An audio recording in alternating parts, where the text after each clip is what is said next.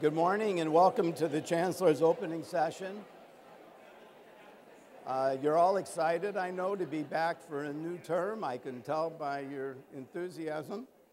I want to welcome you, and particularly for this meeting for me, because it's the one opportunity a year that I do get to address the district community, both faculty, administrators, classified.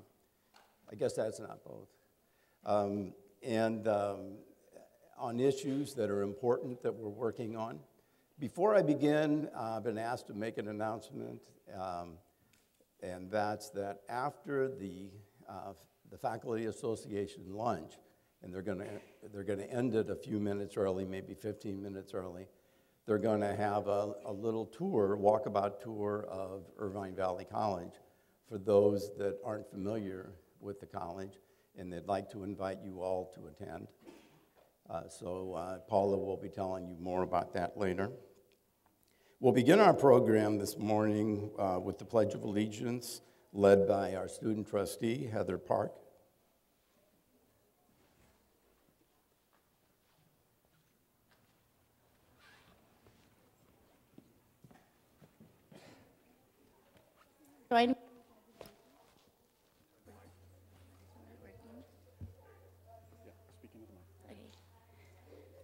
I pledge allegiance to the flag of the United States of America and to the republic for which it stands, one nation, under God, indivisible, with liberty and justice for all.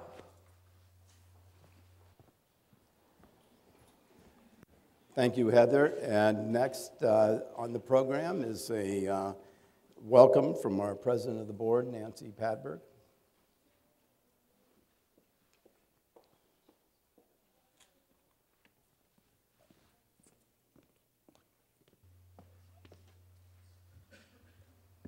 Good morning. I'm Nancy Padberg, President of the Board of Trustees, and I'd like to extend a warm welcome to everyone and also to introduce my fellow trustees who are present. When I introduce you, would you please stand? Trustee Bill J.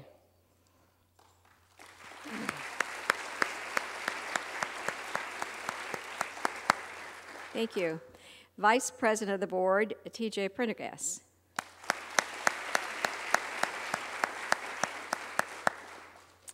And our newest trustee, Dr. Jim Wright.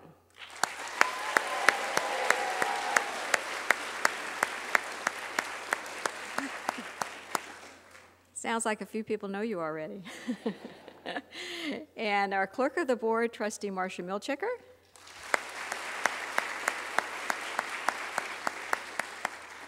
And this light's a little blinding. Did I miss anybody?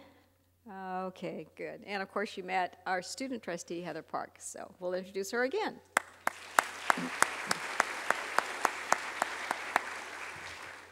Today's Chancellor's opening session marks the start of another academic year, and it looks like we have some informative Flex Week activities going on. I know that both colleges go through extensive efforts to offer meaningful sessions. I'd like to take just a moment to comment on some items on behalf of the board. First, we are making significant strides as a district, and I commend all of you for your hard work in helping us move forward. The board is functioning effectively, and we made constructive progress on our goals last year. One area that has improved is an increase in presentations and discussion items at board meetings. Everyone has enjoyed this. These have been most informative to us, and I thank our Chancellor for his leadership in coordinating these reports. We all have also implemented regular evaluation cycles for continual feedback and improvement, and your input in these have been very helpful in helping us set our goals. I'd like to briefly introduce some of our new goals for this year. One, the board will support the Chancellor in implementing strategies to increase mutual respect and remove barriers to district-wide collaboration. All of us can contribute to achieving this goal. Two, the board will become more knowledgeable about student success and support district-wide strategies to improve completion rates. I know this is a major focus of today's session. Last month, we had a board presentation on this, and many more are already planned. 3, the board will support the Chancellor in implementing collaborative initiatives to improve student achievement and provide efficient use of resources. 4, the board will support efforts to increase transparency in decision-making district-wide. This is an ongoing effort for all of us. 5, the board will support efforts to build and maintain partnerships with educational institutions and business and industry to meet educational needs. I understand that today we will hear about one such partnership involving UCI and area high schools. We look forward to ongoing progress. Have a wonderful semester.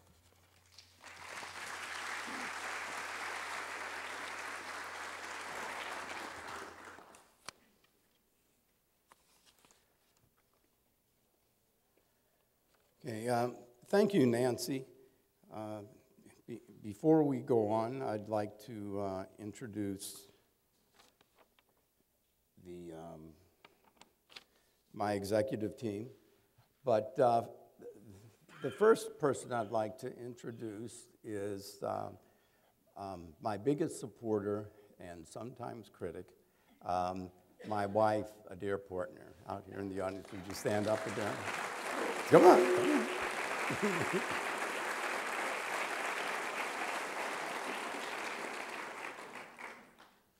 Okay. Saddleback College President Todd Burnett.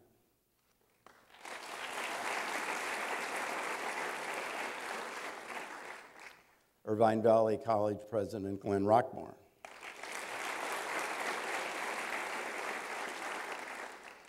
Vice Chancellor of Business Services Deborah Fitzsimmons.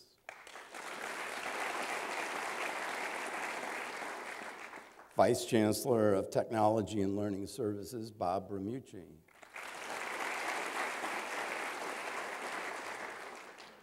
Vice Chancellor of Human Resources David Bouguet.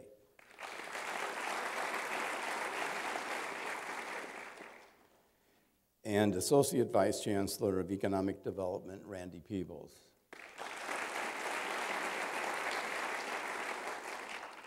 I'd also like to introduce our governance leaders. First is Bob Cosgrove, President Academic Senate, Saddleback College.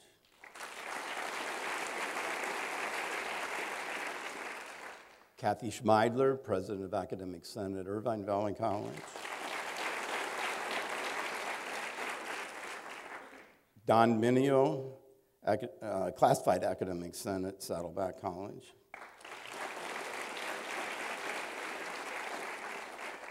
Dennis Gordon, Classified Academic Senate at Irvine Valley College.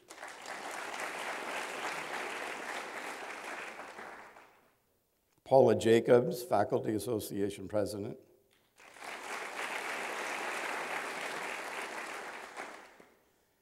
Sarah Shabani, President of CSEA.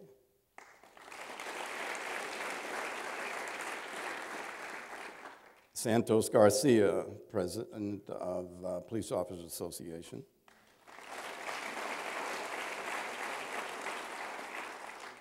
Next, I'd like to introduce our new faculty. So would President Todd Burnett and Glenn Rockmore please join me?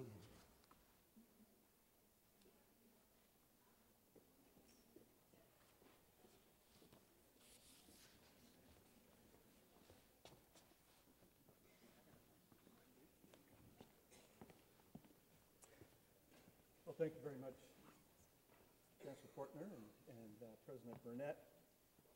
Is the microphone working here? Okay. We were able, and we're very fortunate to be able to hire 9 new faculty this year. We're very proud about that. It was a wonderful process. First of all, I would like to introduce Arthur Ambrose, chemistry instructor.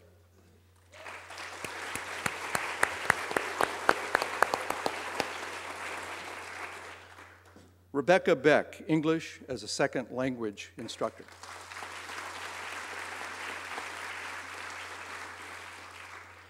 Patricia Beckman-Wells, digital media arts instructor.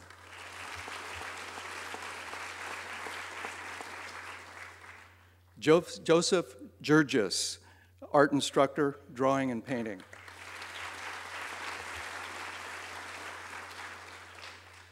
Judy Henme, counselor, DSPS.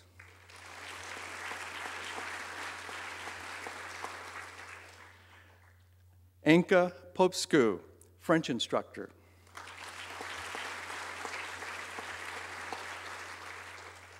Douglas Riles, English composition.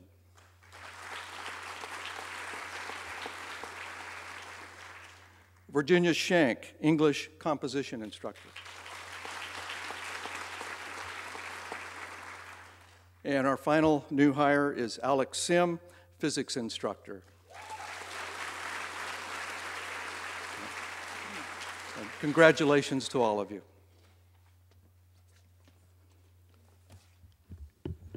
Good morning, everybody. I'm very excited to introduce one of the largest classes, actually, for Saddleback College in its history. We're very excited to welcome 27 new faculty at Saddleback College. So I would say hold your applause, but I think we should give it to each person, don't you? Even though we have 27 of them. Thank you. First, I'm very excited the first person I'd like to introduce is Amar Aguilar, and she is our assistant professor for journalism. Where's Amara? Oh, there she is. Dr. Ariel Alexander, assistant professor, music instructor.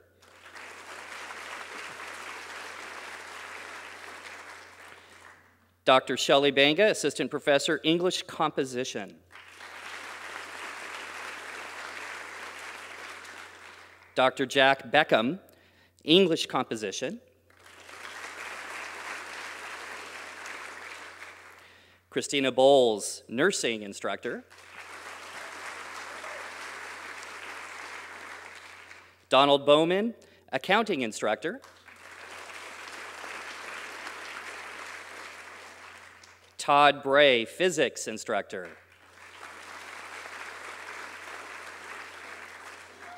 Deidre Kavasi, dance instructor.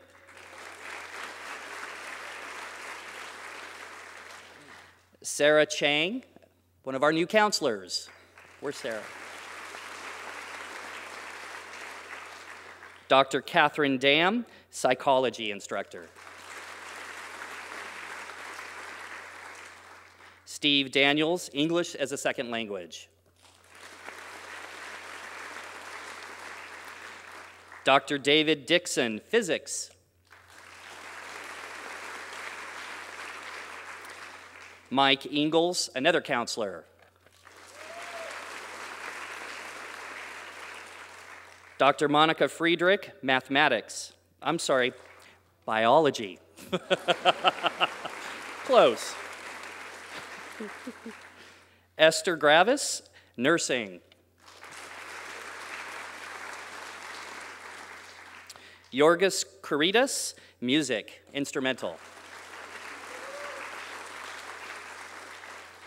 Ken Lee, horticulture.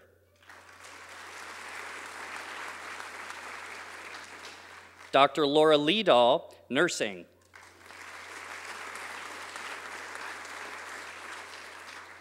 Bill McGuire, theater arts.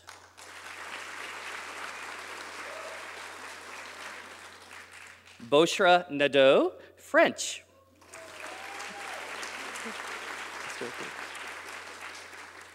Orlantha Nin, our new transfer coordinator and counselor.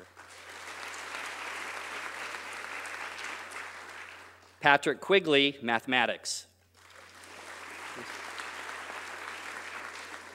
Rick Reese, art instructor, printmaking and drawing. Kia Shafe, mathematics. Dr. Jeff Vogel, reading.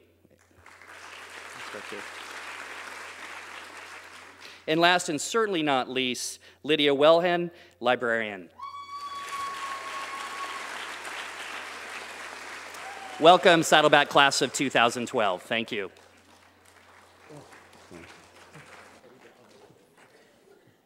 And now I'd like to introduce the new administrators and manager appointments. Kate Alder, Project Director, Career Technical Education, Irvine Valley College. Gary Barnack, Director, Advanced Technology, Rapid Tech, Saddleback College. James Betancourt, Night Facilities Operations Supervisor, Irvine Valley College. Caroline Dordella, Director, Research, Planning, and Accreditation, Saddleback College.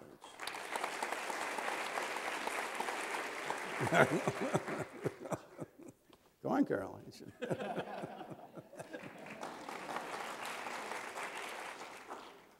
Linda Fontanella, Vice President, Student Services, Irvine Valley College. Craig Hayward, Director, Research, Planning, Accreditation, Irvine Valley College. Jeffrey Hurlbut, Assistant Director of Facilities, Irvine Valley College.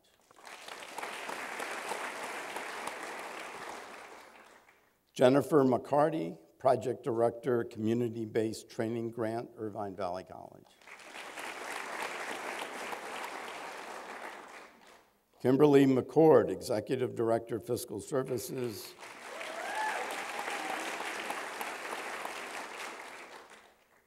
You've got a cheering section, Kim. Christopher McDonald, Dean, Mathematics, Science, and Engineering, Saddleback College.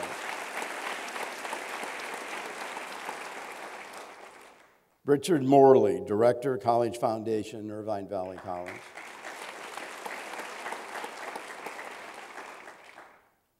Don Rickner, Part-Time Director, College Foundation, Saddleback College. Don, I wonder how long it's been since you were first introduced as a new employee. 1977. Cadence Winter, Dean, Social and Behavioral Sciences, Saddleback College.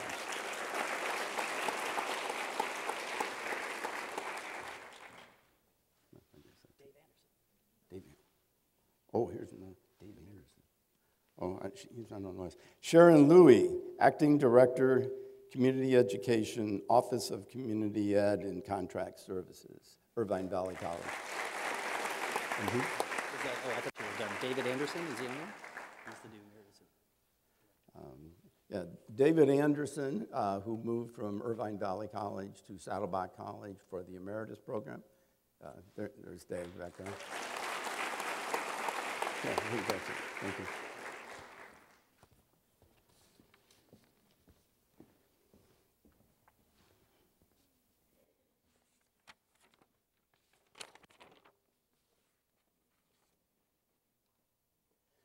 Today, our presentations will focus primarily on the college completion agenda. But first, I'd like to take a few moments to give you a brief State of the District update. Over the past 2 years, our district has undergone positive transformation. We have implemented comprehensive strategic planning and resource allocation processes.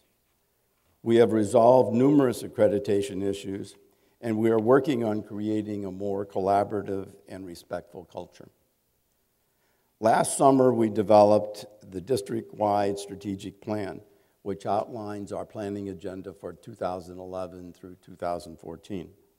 In that plan, there were 6 goals, 14 objectives, and 77 action steps.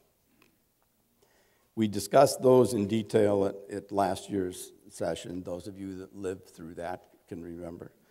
In May of this year, about 40 people from both colleges, district services, and all participatory governance groups held a one-day retreat to evaluate progress. It was a good opportunity to assess what we have accomplished and determine that what updates are needed going forward. An annual progress report is being developed, and I look forward to sharing that throughout the district. Thanks to all of you that have participated in that process. Last year, we worked hard to resolve our accreditation issues, and we were pleased when the Commission removed us from warning status earlier this year. The colleges are preparing an additional follow-up report for the commission, which is due on October 15th. The report will document continued progress in some of the areas, but we believe the major issues have been resolved with extensive planning, especially as it resorts to resource allocation. We have also dramatically increased communications, developed a SharePoint intranet site to share the work of district services and district-wide committees. We have developed new policies and regulations relating to the allocation of basic aid. And we've held workshops and college-wide forums to share progress and gain input. Our board-related issues were resolved through some policy revisions and a high level of cooperation from our Board of Trustees. I am hopeful that our district has finally moved past any unnecessary challenges to accreditation. Our district is also focusing on improving its culture of mutual respect and collaboration. This is such an important issue that is the #1 goal in our district-wide strategic plan. It is also a high priority in the goal that President Padberg mentioned in the board's goals for this year. In June, we held a retreat to focus solely on ideas for resolving this problem. More than 30 people participated from both colleges, from district services and the governance groups. Prior to the retreat, I asked district services in each of the colleges to identify their top 5 barriers to mutual respect and collaboration. The presidents are now developing a plan to address the 5 barriers, and will do so along with recommendations for resolution. This is an issue we cannot ignore. We must find a way to work together as one organization. Every moment we spend challenging each other or creating unnecessary competition is a moment we aren't spending on our students. I want to take a moment for you to take a look at your programs. You'll notice 2 students at graduation just a few months ago. 1 student from Saddleback College, 1 student from Irvine Valley College. They were friends and they attended each other's graduations. If they can respect and support one another, why can't we? Capturing this moment was special, and I believe we can learn from their example to support one another. Finally, I want to make a few comments about the state budget situation. It's again been a very tough year for community colleges. We continue to receive no growth or cost of living allowances in our SB 361 formula, which is the general operating revenues for the district. This is a small problem for us, really, in comparison to what all the other districts are facing. And if you've talked to your friends in other districts, you know that they are living with very painful deep cuts, both to students and to staff who are there. Our district qualifies as a basic aid district, which means we're one of the few districts in the state with 100% of our funding coming from local property taxes and student fees. Therefore, we don't receive state apportionment. If our district depended on state aid and we were subject to state deficits, we too would have lost $12 million. We are lucky that's true, but we also need to acknowledge our board for their conservative fiscal principles and strict budget guidelines that provide us with securities during these difficult times. This takes commitment, courage, and leadership on their part. Now on to our main topic, the college completion agenda. For the better part of the past century, America has enjoyed the reputation of having the best higher education system in the world, a system that produced the highest proportion of college-educated citizens. Through a consistent focus on access for everyone, our institutions have provided millions of Americans the opportunity to attend college. Unfortunately, far too many students are attending college now, but not receiving a degree or certificate. Over the last 2 decades, the United States has gone from being the world leader in educational attainment to now number 16 among all developed nations. You can see us in the yellow column there. This decline makes our economy increasingly vulnerable to international competition. In today's knowledge-based economy, approximately 2/3 of all jobs require higher education, credential, or degree. However, we are not producing enough college graduates to meet our workforce needs. In 2009, the College Board's Commission on Access, Admissions, and Success in Higher Education issued a call for 55% of the nation's young adults to earn a degree, college degree by 2025. Achieving this goal would put the United States on the path to once again be the world's leader. That same year, President Obama unveiled the American Graduation Initiative, pledging federal support for a national push towards completions. In 2010, the National Governors Association took the issue to the state level, and over the past few years, there have been dozens of reports by national organizations, such as the Lumina Foundation, the Gates Foundation, the College Board, and the Community College League of California, all on increasing completion. You might remember the Vision 2020 report shown here, which called for 5 million more graduates by the year 2020. 1 million of those are to be accomplished in California. This comprehensive nationwide effort is known as the College Completion Agenda. California is calling it the Student Success Initiative, but it's all about increasing completions.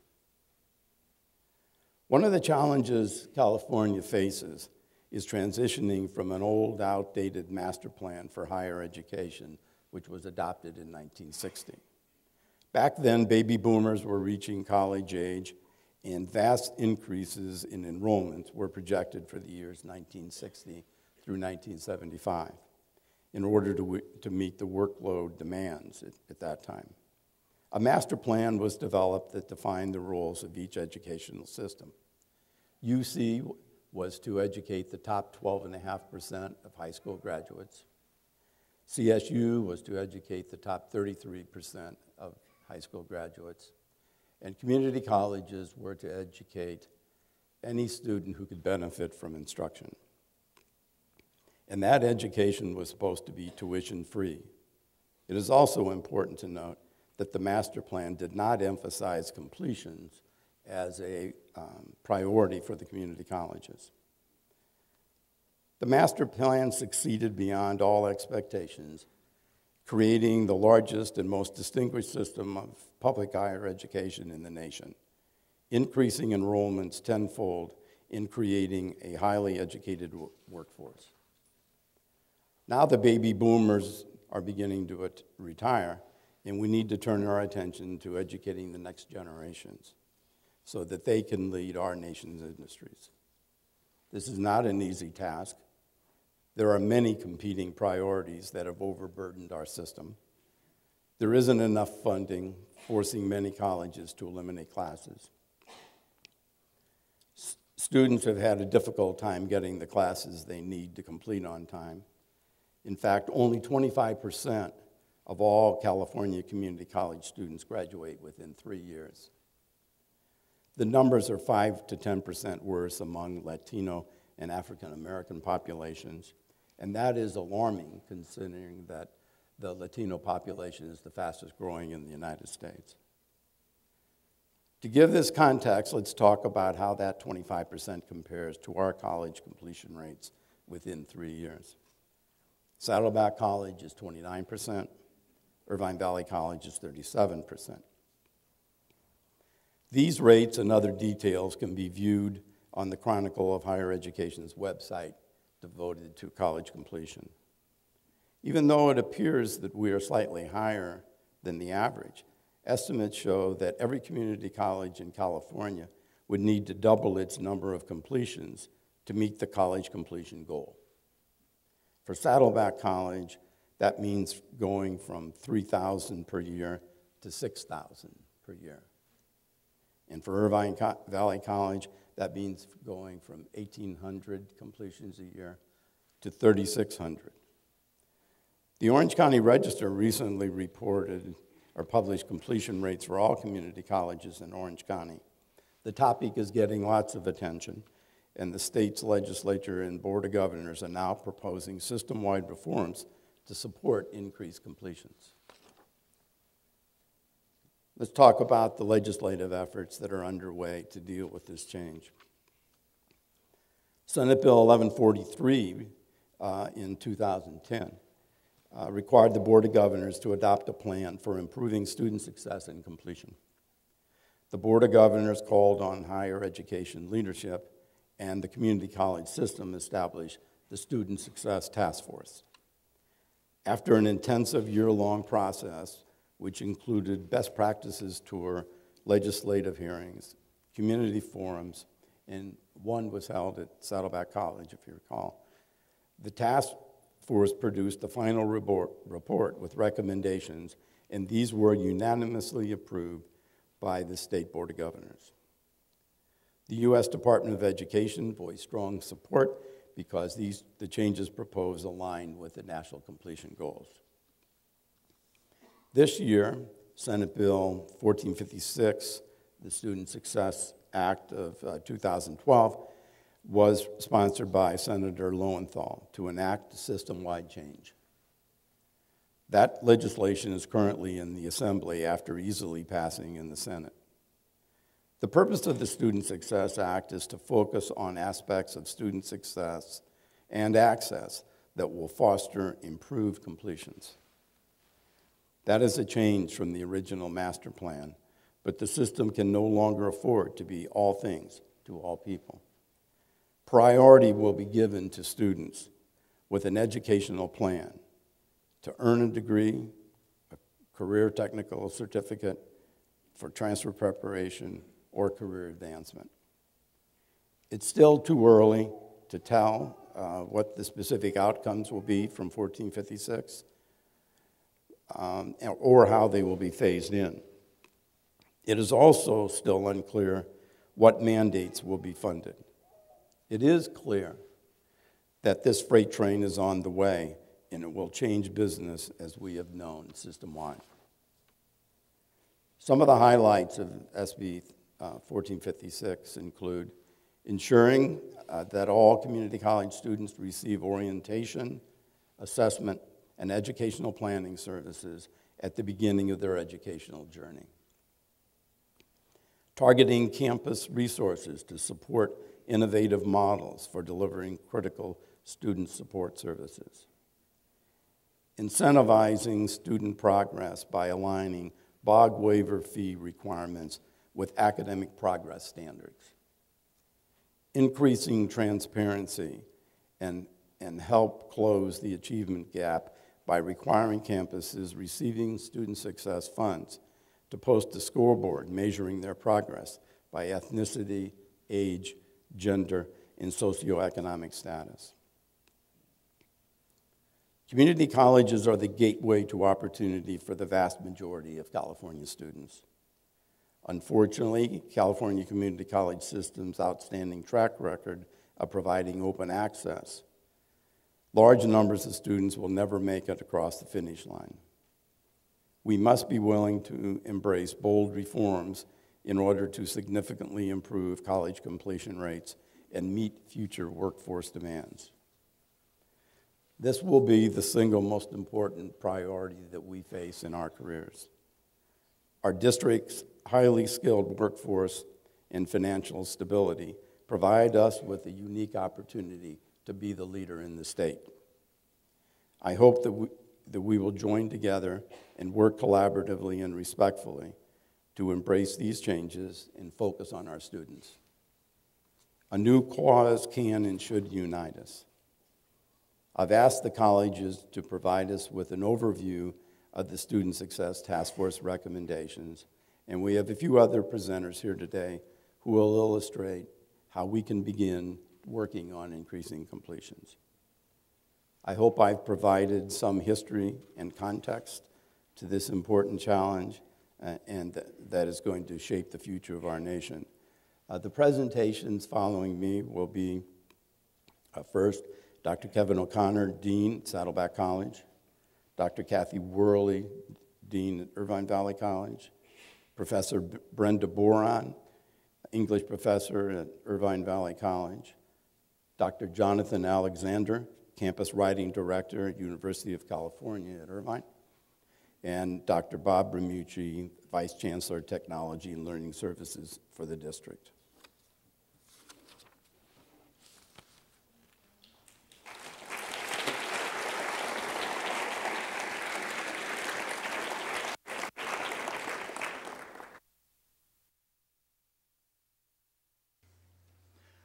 Good morning. Earlier in the program, new colleagues were introduced, and as the written program indicates, they bring with them specific skills, expertise, and talent.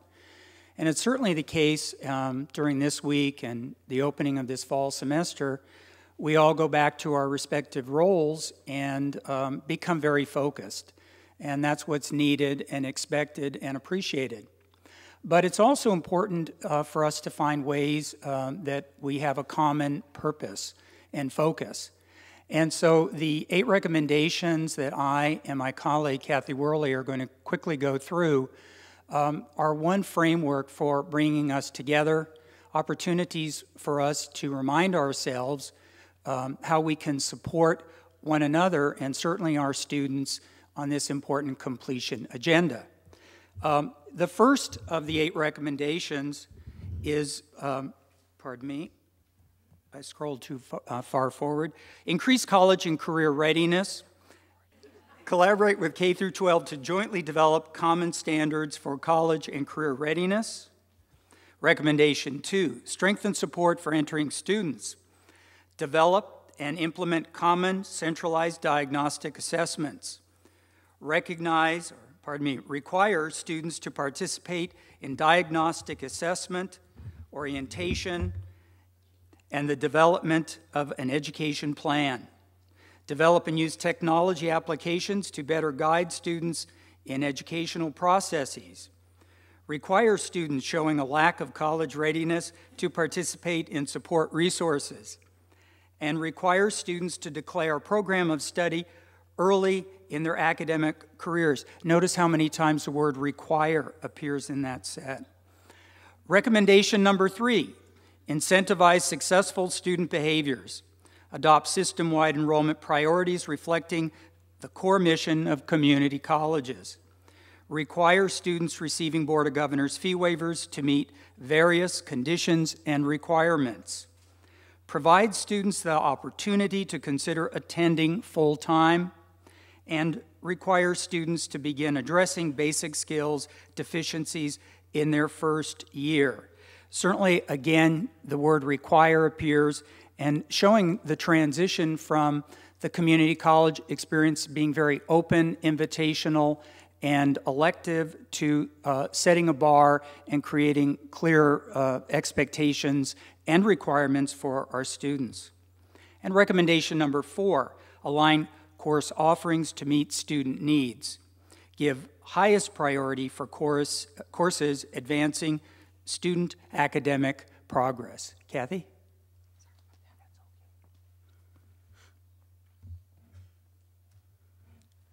Okay, recommendation 5 is to improve the education of basic skills students, starting with supporting the development of alternative basic skills curriculum and developing a comprehensive strategy for addressing basic skills education in California.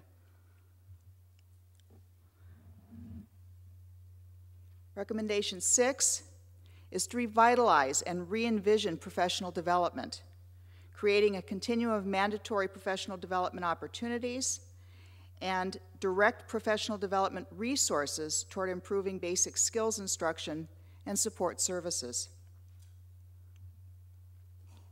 Recommendation 7 is to enable efficient statewide leadership and increase coordination among colleges. Directed at the Chancellor's office, This recommendation would have us develop and support strong community college system office, set local student success goals consistent with statewide goals, implement a student success scorecard, and develop and support longitudinal student record system. And last, recommendation 8 would have us align resources with student success recommendations. Again, directed at the state level, this is something that we can do as a district. Included in these recommendations are to encourage categorical program streamlining and cooperation, invest in the new student support initiative, and encourage innovation and flexibility in the delivery of basic skills instruction. And with that, we're going to have Brenda Boren come up with Dr. John Alexander from UC Irvine, and they're going to talk about one of the things that has actually been done over the last several years, specifically to address the recommendation number 1. That is small. Good morning. We're here to talk about articulation between the high schools, community colleges, and UCI. As Kevin said, the Student Success Task Force Initiative calls for us to collaborate with area high schools, departments of education, and our post-secondary partners to define and communicate to students standards for post-secondary success. We, fortunately, have been working on this prior to this recommendation. In fall of 2009, we began to work with high schools in Tustin and in Irvine to conduct partnerships. And this collaboration began because we got information from the high schools, teachers, and the administration that their students were not placing well into our Writing 1 class, and we knew that as well. But they wanted to know what we could do to work better so that their students would be placed into Writing 1 and could complete their sequence more quickly. This observation that was rather anecdotal was confirmed by the Student Success Task Force when they noted in their report that 70 to 90% of entering students in the community colleges come to us underprepared for English, math, or both. And at IVC in English, from the period from June 2009 to July 2012, this underpreparation rate in English was 74%. At the University of California at Irvine, we began noting in 2009 some significant shifts in where our students were coming from and in what courses they were being placed. I very much appreciated Gary's commentary about the California Master Plan, which has allowed the community colleges, the Cal States, and the University of California to address, in some ways, rather distinct populations, but also create paths of articulation and transfer. However, the economic crisis of 2008 began significantly shifting where students were going to receive higher education. And we began immediately feeling those effects at the University of California. We noted, for instance, that at least 3 of our schools, the School of Humanities, the School of Social Sciences, and the School of Social Ecology, more and more students were coming to us from the community colleges as opposed to our coming to us through our first and second year programs. And in fact, as I said, for 2 years running, we had a higher number of transfer students than first-year students in those 3 schools. Faculty began noticing that students were differently prepared. And I say differently because sometimes, and frequently, students were extraordinarily well prepared. But unfortunately, just as often, faculty were perceiving that the students were not as equally or as well prepared as our first and second year students. We initiated an elaborate and I think ambitious form of assessment to begin to figure out how students were prepared, particularly as they moved from the sophomore into the junior year. And indeed, we discovered that there were at times statistically significant differences in preparation amongst our community college transfer students. We could not continuously or consistently replicate that. The results largely depended upon where students were coming from and in what majors they were going into, but there were at times statistically significant differences in that course preparation. Knowing that people sometimes act more on feeling than anything else, and knowing that faculty were feeling that their students definitely were differently prepared, our academic senate began considering some rather draconian alternatives, including disarticulation of coursework with community colleges and segregating students into separate courses if they were transfer students. I decided as campus writing director that this was potentially inappropriate, given the data that we were looking at, and also probably the least set of politically appropriate and the least kind set of options that we could use in addressing what we were beginning to see in terms of course preparation and skills preparation. So I called to campus local community college leaders in writing, faculty and administrators to start talking about the data that we were seeing, and to talk about it both in terms of the anecdotal data, the sense perception that faculty were having at the time, but also some of the actual data that we were looking at and how we could show that there were at times differences in preparation that were impacting student success and time to degree completion. This is a way in which I am grateful in some ways to the economic crisis, because it actually forced us to reach out and get in contact with our community college partners, and the relationships that we've developed in particular with IVC and with Saddleback have been especially strong in helping to think through how can we better prepare students for success once they transfer to UCI. And we're going to talk a little bit about how that works and what some of the specific things that we've done to enable that successful transition. According to the frameworks, a major part of the problem was a disalignment of curriculum, standards, and assessment between the high schools and post-secondary institutions. And according to a report that Kate Clark chaired, it was a joint publication of the academic senates of the California State University, the University of California, and the California Community Colleges.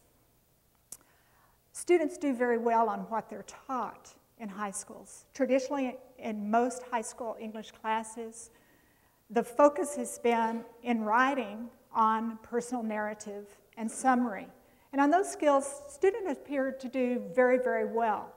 However, a problem arose because as you know, and all of you know, whether you teach English writing or writing in your own disciplines, when students come to post-secondary institutions, the expectation is that they will be able to do analysis and synthesis.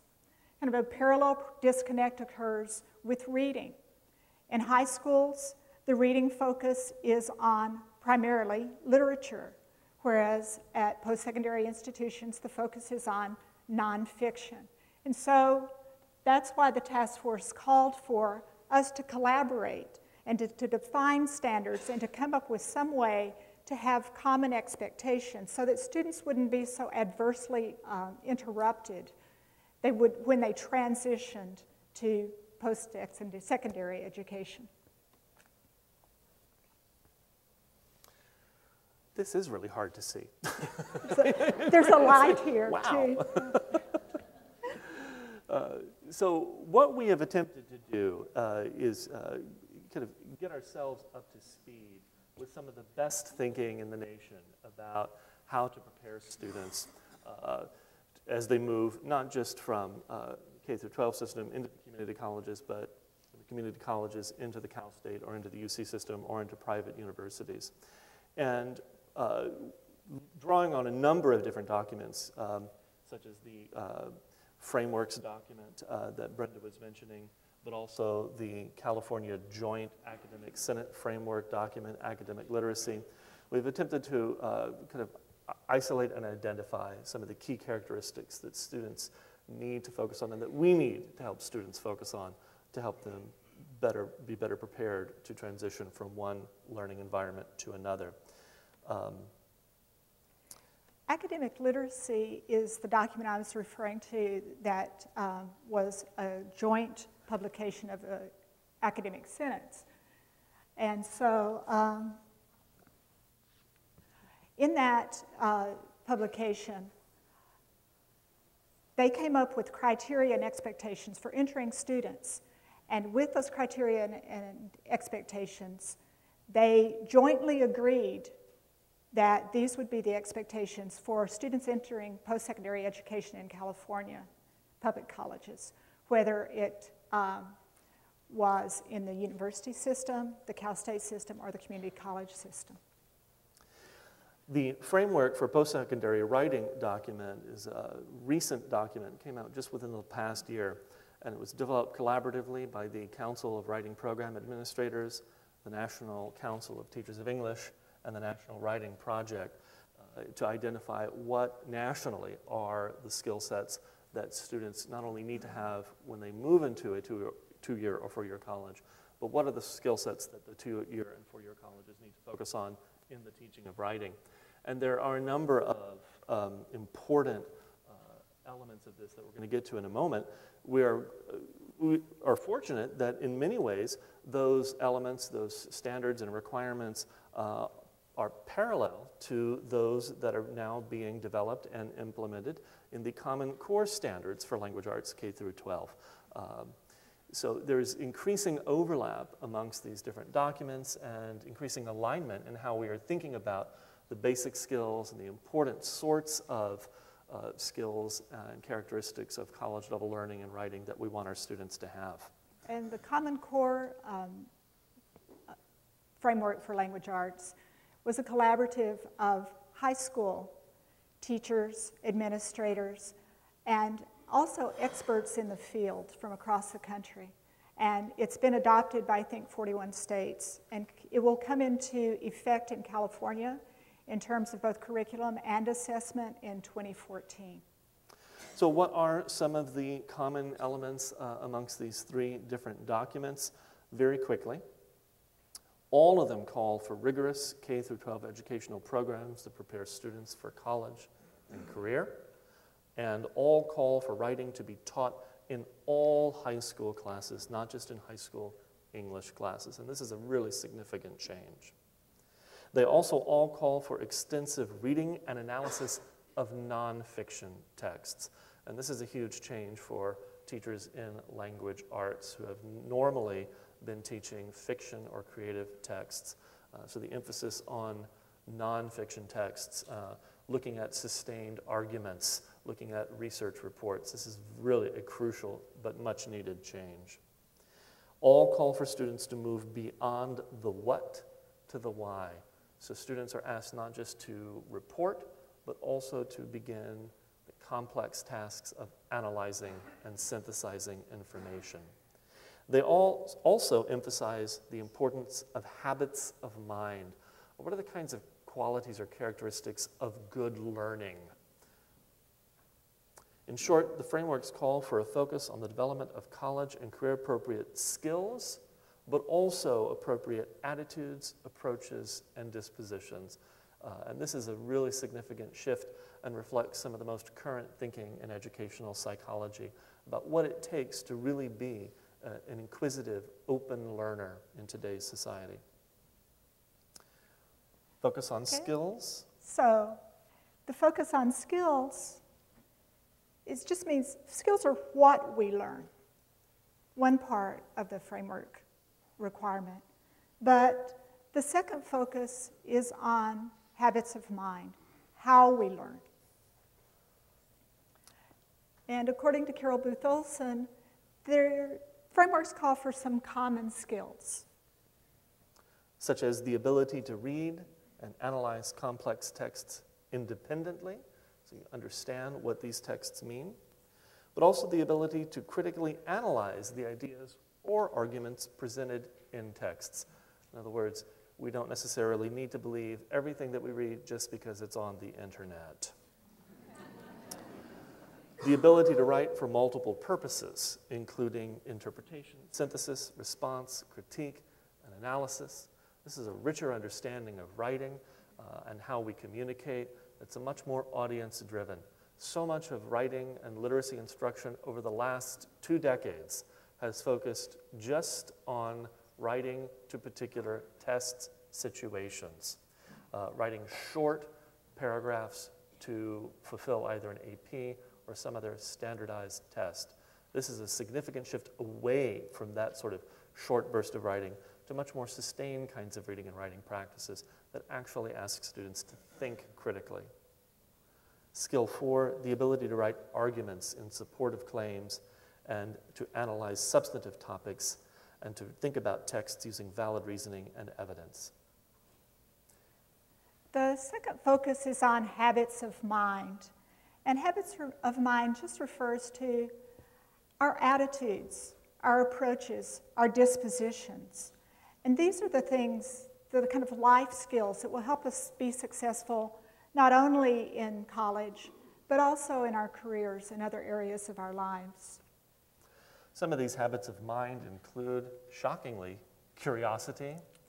We have, as educators, have come to realize that so many of our educational systems have actually tried to drive out curiosity, to train students instead just to be compliant. And we need to understand that learning, interpreting, analyzing, thinking critically require that we have a curious mind about the world around us and the people in it, which leads also to an openness, a willingness to consider new ways of being and thinking in the world, and then also to engage that world, to have a sense of investment and involvement in how we learn.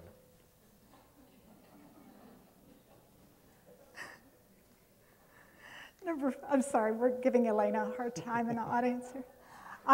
Number 4 is creativity, and that's the ability to use novel approaches. I should read up here. I know what that is. Use novel approaches for generating and implementing ideas. Number 5 is persistence, and we all know that's just the ability to stick with something when it's getting hard. Number 6, responsibility, is to take responsibility for our actions and to realize that the actions we take do have consequences. Number 7 is flexibility, the ability to shift gears, to look at other people's points of view, to see things more than one way.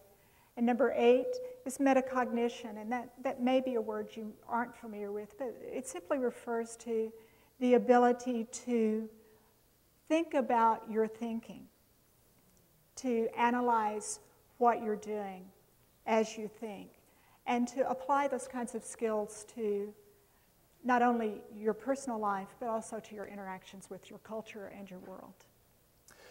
Keeping in mind these skill sets and that they often are requiring that we really rethink how we teach students, and also keeping in mind that these are skill sets that are not just to be deployed within writing or composition courses, but really to be thought about in any case in which we ask students to read and to write.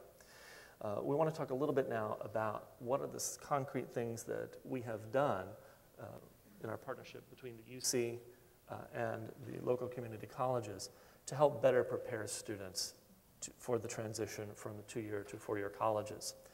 I have been very fortunate, as I said, to work with colleagues both at IBC and at Saddleback in the creation of a number of programs that have brought faculty together to talk about the students that we are most invested in, the students that we want to see succeed, and how do we get those students to move successfully from 2-year to 4-year college experiences. These programs have included very hands-on sessions in which we get together and look at student writing, in which we analyze what's happening in student writing and talk about what are the kinds of qualities or characteristics that we see and that we want to see, and then how can we develop curricula that will prompt students to develop those qualities and characteristics of successful writing at the collegiate level. I think some of those sessions, at least the ones that I have most personally benefited from, and I think have been really powerful for our community college colleagues, have been those sessions in which we look at junior and senior level writing at UCI and read it together and norm it. And norming is not Norman, our colleague Norman, but norming is a process in which we gather together, look at common writing, and then try to figure out, okay, is this a good piece of writing or is this a bad piece of writing? And if it's a good piece of writing, how do we all know it's a good piece of writing? And if it's not a good piece, how do we know it's not good? Just coming up with that common vocabulary, a common way of talking about what makes for a good piece of writing versus what makes for a not so good piece of writing, I think goes a very long way to helping us understand how students are learning to write and how we can talk better with our students, not just with each other, but with our students about the kinds of writing skills we want them to develop. Perhaps most practically, sharing student writing, successful and unsuccessful student writing across our colleges and universities allows our community college partners to see the kinds of writing challenges that students are facing once they get to the UCs. What are they being asked to do? How are they successfully doing it? And then how are they perhaps not so successfully doing it? So basically, just sharing our student work and sharing curricular innovations and ideas, we hope will help tighten the gap between students' experiences in the community college and once they come to the UC. And just to go back to high school students coming either from area high schools to our community colleges or to our colleges and universities, we have had at IVC a series of workshops that started with workshops we did, as I said, in 2009, and they have focused on primarily schools in Tustin and Irvine, but we've also had participants from El Toro, from Saddleback Unified. And in those workshops, we've done similar things. We've tried to show participants, here are examples of student work. Here's our writing assessment placement test. Let's score these papers. Let's see how your scores match our scores. It's not too surprising to me that our scores are very, very similar, but what is surprising to me is that students are not doing that well on our placement test. Only 25% or 26% of students actually place into our transfer level class. And as a result of that, our area high schools, especially, I'm going to mention Irvine Unified because they actually released 30 of their teachers to come to a workshop in May of 2011 to work with us all day long on aligning our curriculum and expectations and standards. It's a little bit difficult for us to work with high schools because they have less flexibility in terms of time, and it's only from the devotion and the passion that those teachers have that we've been able to establish workshops, because they come to us after a full day of teaching, generally at 4 o'clock, and they stay till 7 o'clock. And we're very grateful for their expertise, for their commitment, and for their ability to deal with very large numbers of students as they teach writing. As we wrap up, it's probably important to keep in mind that this is a very simple strategy that any of us can use, not just in writing and composition, but that any of us can use in any discipline. Get together with our colleagues, both near in our colleges, but also far in neighboring colleges and across our segments to talk about our common goals for student learning. And so Brenda and I would urge that all of you, regardless of your discipline, think about holding regular meetings with your colleagues, both in your immediate learning situation and teaching situation, but also with neighboring colleges. We at UCI are very open to these kinds of meetings. In fact, we believe that it is absolutely necessary at this point that we begin talking across segments to ensure student success. The economic crisis is changing what our student bodies look like. They're changing the kinds of students that we are getting. They're changing, the economic crisis has changed the preparation that those students are receiving. So we absolutely need to meet, to talk across our segments to better understand those student bodies, but then also to help each other better prepare students for success in higher education. There are various resources that we can make available to you to talk about not only the strategies that we have implemented, but some nationally recognized strategies for helping maintain and ensure student success. And we would be happy to provide those to you. Feel free to email us. Both of us are very easy to find on the internet. And we appreciate your attention. And I would just like to say that it's only because of the faculties at our community colleges, our high schools, I'm going to say particularly Saddleback and Irvine Valley, that this presentation is possible, and it reflects the hard work of all those folks, plus people at the Orange County Department of Education who were gracious to come give us a workshop last fall on the Common Core, and of our colleagues at UCI in the Department of English, ESL, which is Academic English at UCI, and the Department of Education. And we'd like to thank you very much. How can we use technology to help our students succeed? Well, in two very broad ways. You can either reduce or remove the things that keep them from succeeding, or you can add things which will help them succeed. Remember when, if you're about my age, remember when we went to school, the registration in the field house, the punch cards, contrast that to today's students' experience.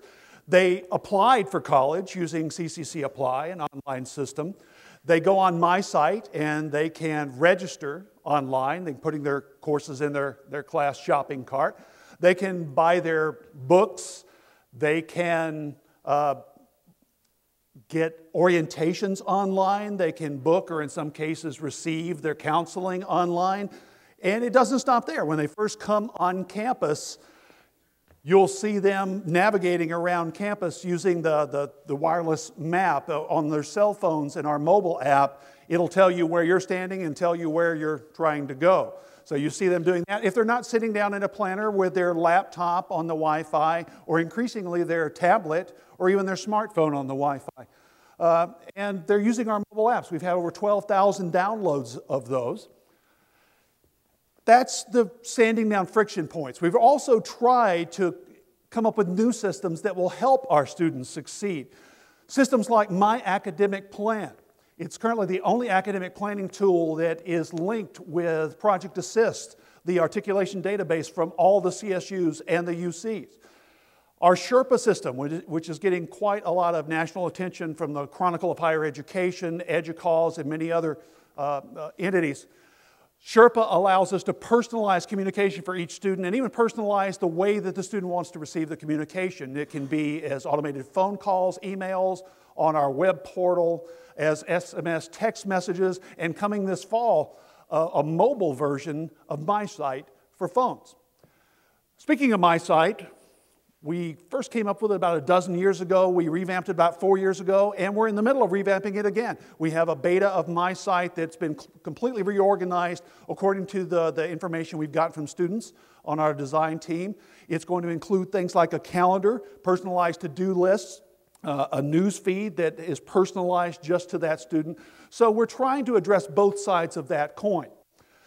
Now, moving over to the completion agenda, or specifically the Student Success Task Force, why are they saying that technology is going to be an important part of the completion agenda? Well, it's not simply for the glitz of computing. Computers are not a panacea. A couple of reasons. One is that these are digital natives.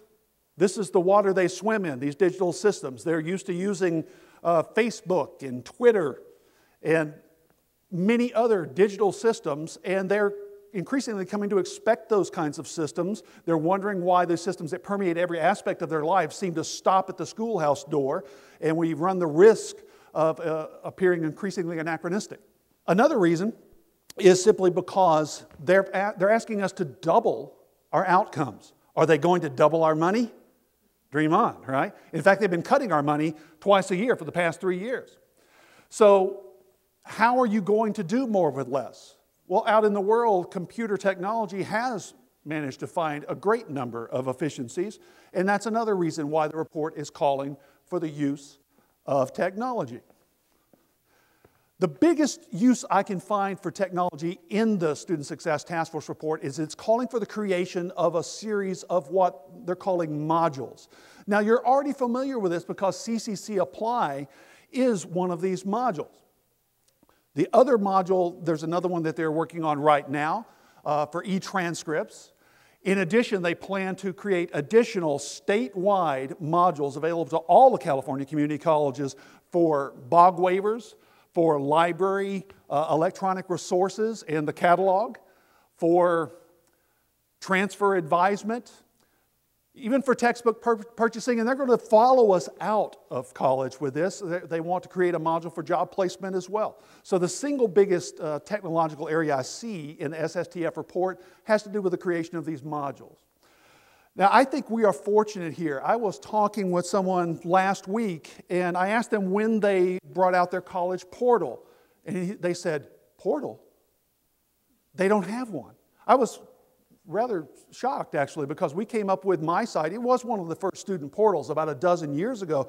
But portals are very, very common, and here we already have one. Well, they're also talking about academic planning tools. They want every single student to have an academic plan, and I think we have created here together one of the preeminent academic planning tools that is available. Data warehouses. It used to be that your data was scattered all around your campus. A recent movement has brought all that data together. We were, again, one of the first California community colleges to come up with, ours is called Inform. It is a data warehouse that brings all these sources of data together. They're calling for that. We already have that one as well.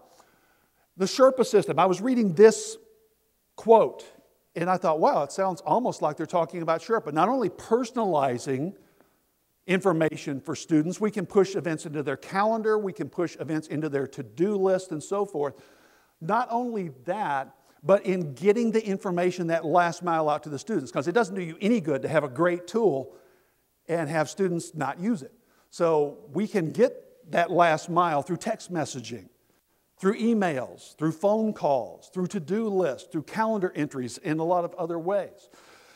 Now, looking over this, I come to the conclusion that I think that we are a leader in this in the state. We built all these systems together. Everything we've ever built here was built with very inclusive project teams, people from both colleges, staff, faculty, administrators, and always students. They're paid members of our design teams. Because of that, I think that we are ahead of many of the community colleges in the state as we head towards this completion agenda. And it's our intent to serve as a leader. So I'd like to ask for your help. I think as we build the project teams for the upcoming year, you can not only be making things better for our 43,000 students, but ultimately for the 2.6 million students across this entire system. One last thing, when I'm reading through the SSTF report, it could be a little bit confusing. You know, there's 8 chapters, there's 21 recommendations. I like to simplify things, so I thought I would just share the way that I conceptualize this report. How are we going to double completions? Well, essentially just 3 ways: centralization, standardization, and automation. First, centralization. They're calling for the creation of a much stronger system office, somewhat akin to the CSU office. Second is they want one common assessment test, and they want that test shared in one common database that is statewide. We already talked about those student support modules that they're creating. The data warehouses, they don't want just colleges to have them. They want to create statewide databases that will include things like those assessment tests, which frankly our current assessments don't work as well as we would like, and we would like to be able to have one common shared way that we can make those better. That's also going to include a longitudinal record system. It's very ambitious that hopefully will track people out into the workforce so we can see the outcomes of what we're doing. Second is standardization. Not only, standardization of 2 different kinds. The first one is policy. So for they're looking for mandatory participation. There's an old saying that's very common in the California community colleges: students don't do optional. And if that's the case, then if we know it's going to help them succeed, require. Next, the declare program of study by the end of the 3rd term. You can still have time to find yourself, but students that are in programs of study tend to have better outcomes. They're going to incentivize enrollment priority. Do the right things, you can increase yours. Do the wrong things, and you can decrease that. And that goes for the students with BOG waivers as well. My wife is a psychology professor at a community college, and she's always been puzzled by the fact is many of the students that come in don't have university or college level reading or writing skills, yet they're allowed to take her psychology class. Why don't we, if we know that you're having problems with reading and writing, that's going to affect your entire student career, isn't it? So let's redress those problems near the beginning of your tenure at school. The last thing is Brenda and Jonathan so ably demonstrated there's a great deal of work going on now. Kevin O'Connor is also doing this work at Saddleback to help align. We found to our heart that there are many places where the K-12 system and the college system are misaligned. But we're also going to standardize systems. We mentioned the Common Assessment Test, but we also want to use, for example, the data that comes out of the academic planning. If we know if every student has an academic plan, we know what that plan is, we know what they're planning to take next semester so that they'll stay on track with that plan, well, shouldn't that help us guide what we offer next semester? They're going to change some of the data systems, both the one for the entire college. You're familiar with the ARC report. It's going to be reformulated into the college trending scorecard. In addition, for each and every student in the state, it is the intent to create a student success scorecard for every single student so they can tell how they're on track or not on track with their educations. Lastly, automation. Now, this isn't taking human beings out of the system. This is just being cognizant that our resources are very scarce. Counseling, for example, advising, very scarce, very precious resources. We want to make sure that those are used well. Many times you can have computers do low-level work with the student to prepare them for a higher human-level discussion with that advisor, with that professor. And the last thing I'm excited about this is our predictive analytics effort. This is going to be a new one this year. We're very close to announcing a partnership with folks from the Center for Machine Learning and Intelligent Systems at UCI. And we hope to work with them as well as with national leaders to come up with better ways of finding out which students are going to be in trouble, which students are headed for not completing, and being able to intervene before they leave us. Any questions?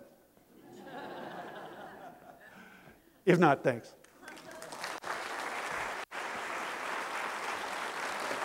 Probably been wondering what this big grand piano is sitting here in the shadows.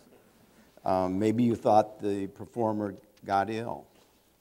Maybe you thought I was trying to build suspense.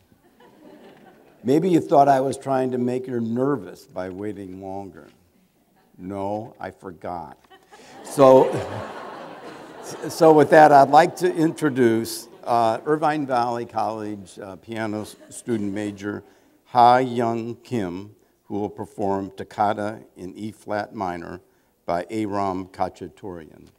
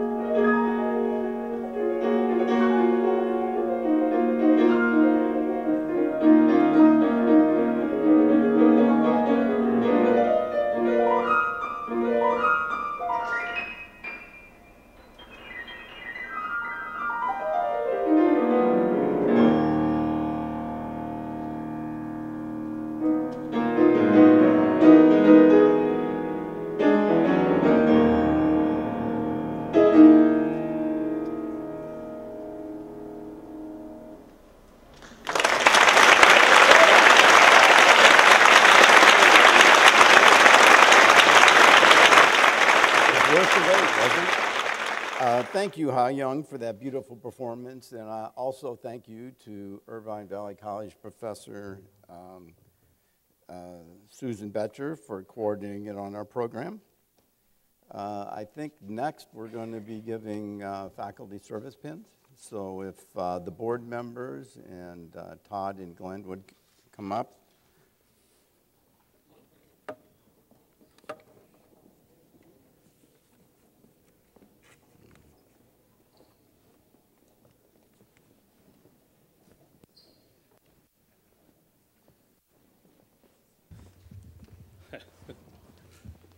Good morning. For Kevin and Kathy, there does come a time when you have to make an admission that you need some help.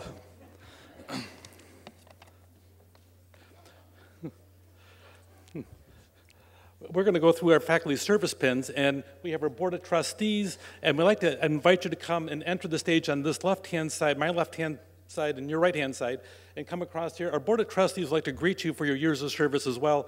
So if you can come across this way over here, and then over here, we'll present your pins at the end. So with that being said, I'm going to start with those people that have served the district for 5 years and receiving their pin. First of all, from Saddleback College, Michael Long.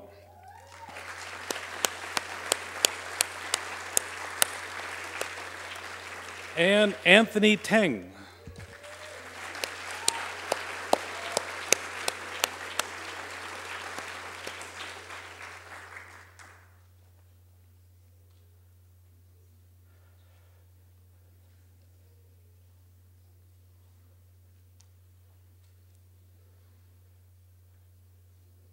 And for those that have served us for 10 years, okay, Janet Bagwell from Saddleback College.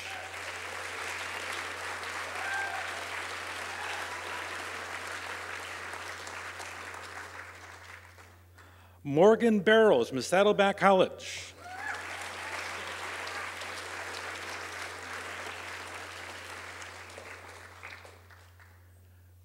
Jennifer Higginson from Saddleback College.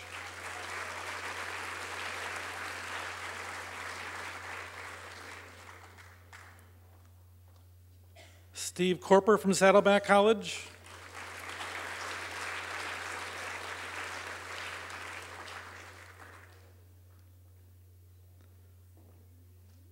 Kaylin Morris from Saddleback College.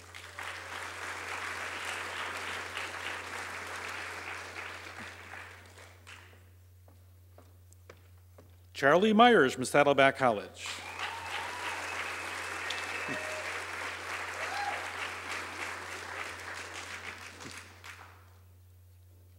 Joey Sellers from Saddleback College.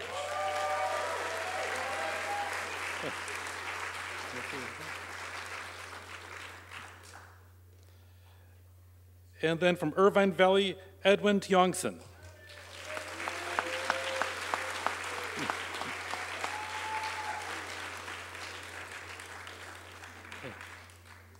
Congratulations. 15 years of service, starting with George Brogan, Irvine Valley College.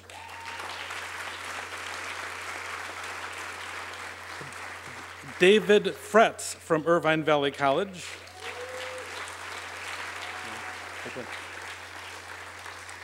Margot Lovett from Saddleback College.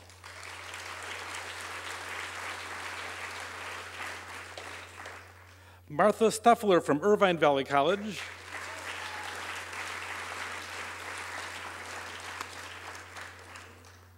Well, apparently 15 years is kind of a cutting off point for people that... And then Kiana Tibidzaba from Irvine Valley College.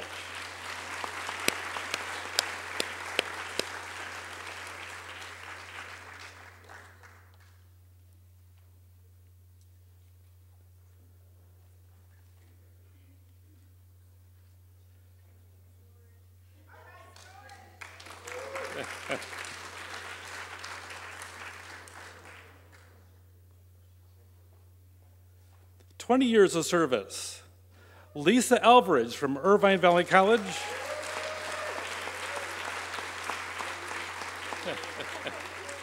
Hey, George. How you doing? David Fretz from Irvine Valley College.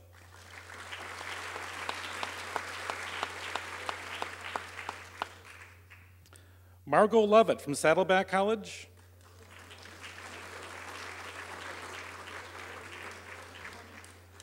I guess I need to change my prescription on my glasses.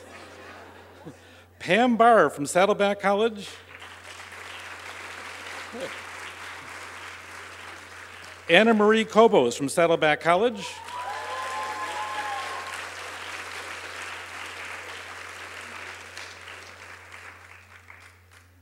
And Susan Fessler from Irvine Valley College.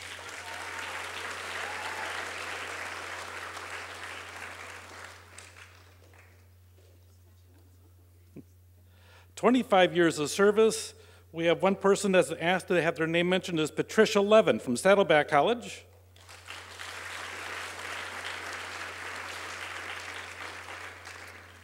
And 30 years of service, Mr. Lee Haggerty, Saddleback College.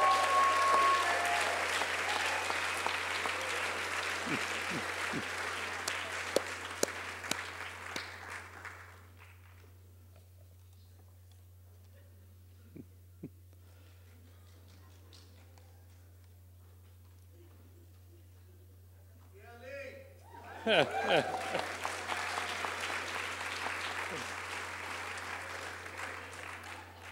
35 years of service. That's a long time.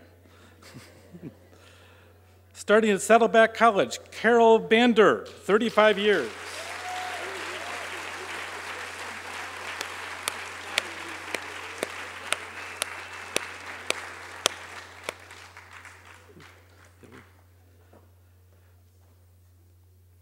Tom Carroll won't be with us, but let's give him a round of applause anyway from Saddleback College.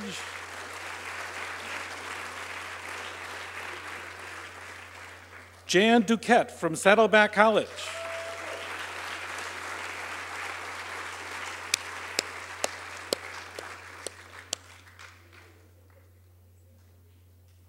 Margaret Wong from Saddleback College.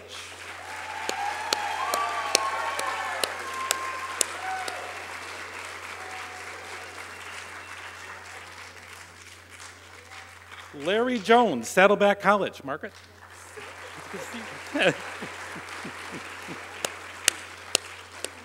Congratulations. Sharon McMillan from Saddleback College.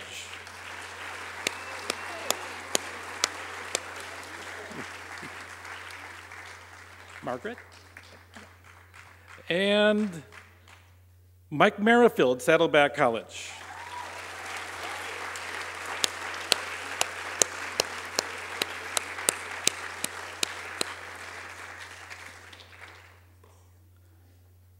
Jeannie Smith from Saddleback College. Oh, Jean Smith.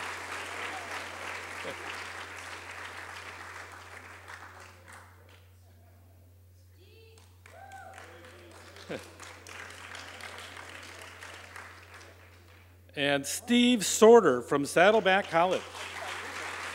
Hey, Mike.